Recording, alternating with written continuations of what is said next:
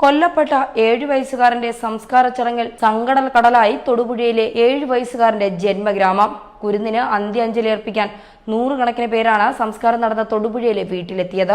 ജനത്തിരക്കേറിയതോടെ പൊതുദർശനത്തിന്റെ നിയന്ത്രണം പോലീസ് ഏറ്റെടുത്തു. കുഞ്ഞിന്റെ മൃതദേഹം എത്തുന്നതിന് വളരെ മുൻപ് തന്നെ വീടും പരിസരവും ജനങ്ങളെ കൊണ്ട് നിറഞ്ഞിരുന്നു. വീടിന് മുന്നിലൂടെയുള്ള വഴികളിലൂടെ വാഹനങ്ങൾ കടത്തിവിടാൻ പോലീസ് നന്നേ പാടുപെട്ടു. തേങ്ങിക്കരഞ്ഞും കണ്ണു നിറച്ചും നൂറുകണക്കിന് പേരാണ് കുഞ്ഞിന്റെ അമ്മയുടെ വീടിന് ചുറ്റും കൂടി നിന്നത്. നാട്ടുകാരും ബന്ധുക്കളും അങ്ങനെ കുഞ്ഞിനെ നേരത്തെ അറിയുന്നവരും വാർത്തകളിലൂടെ അറിഞ്ഞവരും അവരെ അവസാനമായി ഒരു നോക്ക് കാണാൻ ജന്മഗ്രാമത്തിലെത്തി. 7 വയസ്സുകാരനെ വഹിച്ചുള്ള ആംബുലൻസ് രാത്രി 8:45 തേങ്ങലുകൾ നിലവിളികളായി. ആദ്യം അകത്തേക്ക് കൊണ്ടുപോയ മൃതദേഹം പിന്നീട് വീടിന് പുറത്ത് പൊതുദർശനത്തിന് വച്ചു. 3/4 മണിക്കൂറിന് ശേഷം മുറ്റത്ത് സംസ്കരിക്കുമ്പോഴും തേങ്ങലുകൾ അടങ്ങിയിരുന്നില്ല. സംസ്കാരത്തിന് എത്തിയവരെല്ലാം ഒറ്റ സ്വരത്തിൽ ആവശ്യപ്പെട്ടത് ഒന്നു മാത്രം: കുരുന്നിന്റെ ജീവനെടുത്ത കുറ്റവാളിക്ക് അർഹമായ ശിക്ഷ നൽകണം, എത്രയും പെട്ടെന്ന്. ക്രൂരമായി മർദ്ദനമേറ്റ് മരിച്ച 7 വയസ്സുകാരന്റെ പ്രതി അരുൺ ആനന്ദ് ചികിത്സ വൈകിപ്പിച്ചതിന്റെ തെളിവുകളാണ് പുറത്തു വന്നിരുന്നത്. മർദ്ദനമേറ്റ കുട്ടിയെ ആദ്യം തൊടുപുഴയിലെ സ്വകാര്യ ആശുപത്രിയിൽ എത്തിച്ച അരുണും കുട്ടിയുടെ അമ്മയും ഡോക്ടർമാരുമായി വഴക്കിട്ടും മെഡിക്കൽ കോളേജിലേക്ക് മാറ്റുന്നത് വൈകിപ്പിച്ചും യഥാസമയം ചികിത്സ ഉറപ്പുവരുത്തിയില്ല. ഇതിന്റെ CCTV ദൃശ്യങ്ങളൊക്കെ പുറത്തു വന്നിട്ടുണ്ട്. മാർച്ച് 28-നാണ് അരുൺ ആനന്ദും യുവതിയും കുട്ടിയുമായി ആശുപത്രിയിലെത്തുന്നത്. അരുണായിരുന്നു കാർ ഡ്രൈവ് ചെയ്തിരുന്നത്. ഷർട്ടിന്റെ ബട്ടൺസുകൾ ഇടാതെ അഴിച്ചിട്ട നിലയിലാണ് ഇയാൾ കാറിൽ നിന്ന് പുറത്തിറങ്ങിയത്. തുടർന്ന് കുട്ടിയെ ആശുപത്രി ജീവനക്കാർ അത്യാഹിത വിഭാഗത്തിലെത്തിച്ചു.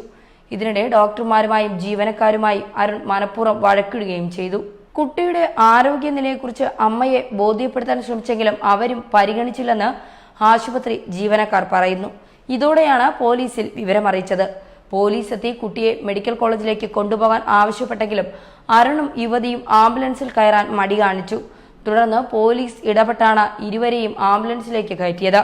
സ്വന്തം കാറിൽ കുട്ടിയെ മെഡിക്കൽ കോളേജിൽ കൊണ്ടുപോകാമെന്നായിരുന്നു അരുൺ ആദ്യം പറഞ്ഞത്. പോലീസ് ഇത് അംഗീകരിച്ചില്ല. അതിനിടെ 7 വയസ്സുകാരന്റെ മരണത്തിന് കാരണം തലക്കേറ്റ ക്ഷതമാണെന്ന പ്രാഥമിക റിപ്പോർട്ടും പുറത്തു വന്നിരുന്നു. കുട്ടിയുടെ തലയൊട്ടി പൊട്ടിയിട്ടുണ്ട്. വീഴ്ചയിൽ സംഭവിക്കുന്നതിനേക്കാൾ ഗുരുതരമായ പരിക്കാണിത്. കുട്ടിയുടെ ശരീരത്തിൽ ബലപ്രയോഗങ്ങൾ നടത്തിയതിന്റെ പാടുകളും കണ്ടെത്തിയിരുന്നു. വാരിയെല്ലുകളും ആന്തരിക അവയവങ്ങളും ക്ഷതമേറ്റിട്ടുണ്ടെന്നും പ്രാഥമിക മൃതദേഹ പരിശോധനയിൽ വ്യക്തമായി.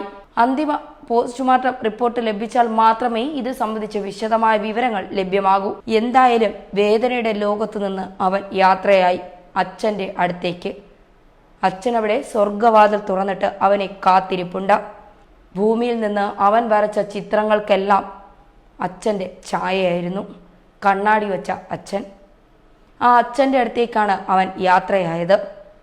കണ്ണില്ലാത്ത ക്രൂരതയുടെ ലോകത്തു നിന്ന്. ഒരു കുട്ടിക്കും ഇനി ഈ അവസ്ഥ ഉണ്ടാവരുത്. അതിന് തക്കതായ ശിക്ഷ നടപ്പിലാക്കേണ്ടത് നീതിപീഠമാണ്. അരുൺ ആനന്ദിനെ പോലെ നിരവധി പേർ നമുക്കിടയിലുണ്ട്. അവരെ തിരിച്ചറിഞ്ഞ് ജാഗ്രതയോടെ മുന്നോട്ട് പോയില്ലെങ്കിൽ നഷ്ടപ്പെടാനിരിക്കുന്നത് നിരവധി ജീവനുകളാണ്. ന്യൂസ് ഡെസ്ക് മലയാളി വാർത്ത.